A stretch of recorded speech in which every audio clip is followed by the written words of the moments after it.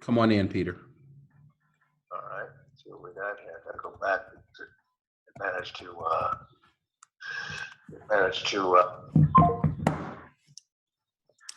Good morning, Ward family. As we continue with our coronavirus protocols, we're going to welcome in a special guest in just a moment.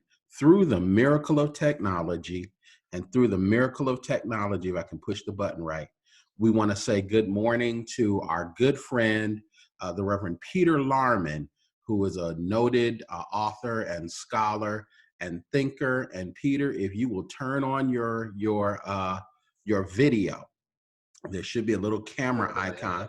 I see it. And now that you have your video on, Peter, I'd like you to share some words of wisdom with our people during this COVID-19 outbreak. Pastor Cage, it would be my pleasure to share words of hope and wisdom, and I think encouragement in these times.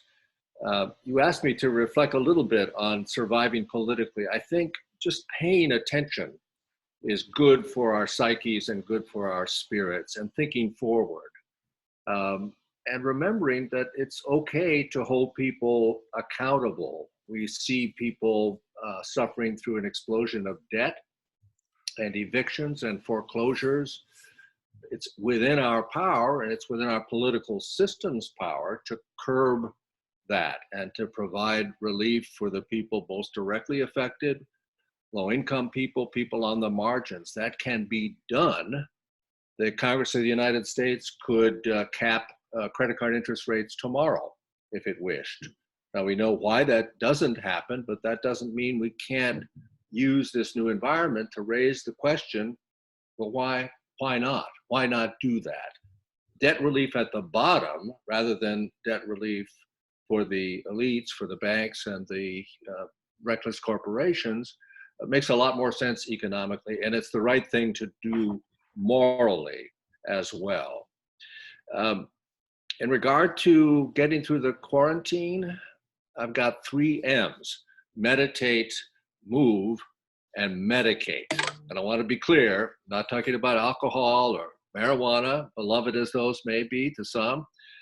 I'm thinking about medicine as preparing food with love for your loved ones, since you're confined with your loved ones. Really going deep on the music that you treasure. Whatever gives you joy will be healing for you and for the community. And of course, volunteer in whatever capacity you can. It may be limited, but everybody has a gift. We believe that in the church. Everybody has a gift. If you can share those gifts with your neighbors and your loved ones and the world, better off. And finally, the grounds for hope.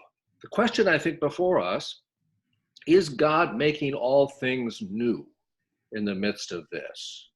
Is God making all things new? I think God may well be.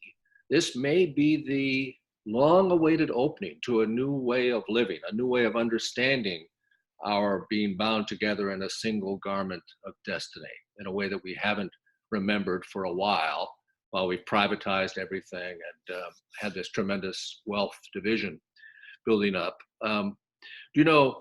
This could be, and I will say from my lips to God's ears, this could be the breakdown of the corporate state and what I call the white way of thinking that has caused so much damage, so much cruelty, so much unnecessary suffering, so much stupidity for hundreds of years. It could be the end. And may it be so. Amen. Thank you so much, Peter. We appreciate you for giving these words of hope to the people at Ward. I love the people of Ward. God bless you all. Thank you. Amen.